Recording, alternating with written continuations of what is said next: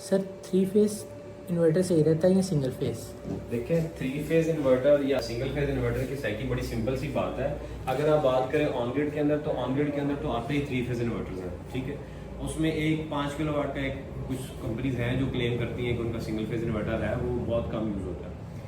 बेहतर इसमें से एफिशिएंसी वाइज अगर कस्टमर का क्वेश्चन है ना कि एफिशिएंसी वाइज कौन सा इन्वर्टर अच्छा है, 3 फेज अच्छा है या सिंगल फेज अच्छा है, तो एफिशिएंसी का फर्क किसी में भी नहीं है। 3 फेज की भी एफिशिएंसी उतनी है, सिंगल फेज की भी एफिशिएंसी उतनी है। हाँ, यूजेज पे डिपेंड करता है कि किस जगह पे रिक्वायरमेंट क्या है। अगर किसी के घर में कोई ऐसी चीज लगी हुई है या इंडस्ट्री में ऐसी चीज लगी है जो चलती है 3 फेज में, तो वहां पे तो मैंडेटरी आपने 3 फेज इन्वर्टर ही लगाना है।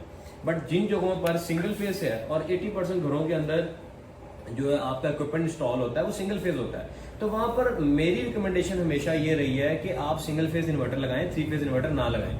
उसकी वजह ये होती है क्योंकि 3 फेज जो है आप जब उसके ऊपर लोड डिवाइड करते हैं तो लोड डिवीजन पे जाके कुछ इश्यूज आते हैं कि अगर एक फेज के ऊपर भी आपका लोड जो है वो ज्यादा हो जाता है। लेट्स से अगर आपका 10 किलोवाट का एक 3 फेज इन्वर्टर है और उसके 3 फेजेस हैं, 2 फेजेस अंडर लोड चल रहे हैं और एक फेज के ऊपर 3 किलोवाट से अगर ऊपर लोड चला गया, क्योंकि तीनों के ऊपर अगर हम उनको डिवाइड करते हैं तो 3.33 किलोवाट लोड आप डाल सकते हैं ना पर फेज।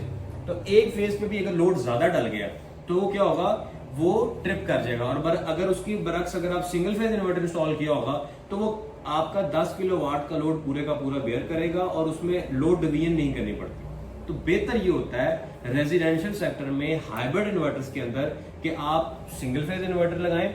बट अगर आप इंडस्ट्रियल लेवल पे बात करें तो वहां पे तो रिक्वायरमेंट ही 3 फेज की, और अगर आप हाइब्रिड में 10 किलोवाट से ऊपर चले जाते हैं तो भी आप फिर 3 फेज इन्वर्टर लगाएं, ये आपके लिए ज्यादा बेनिफिशियल होगा। Thank you.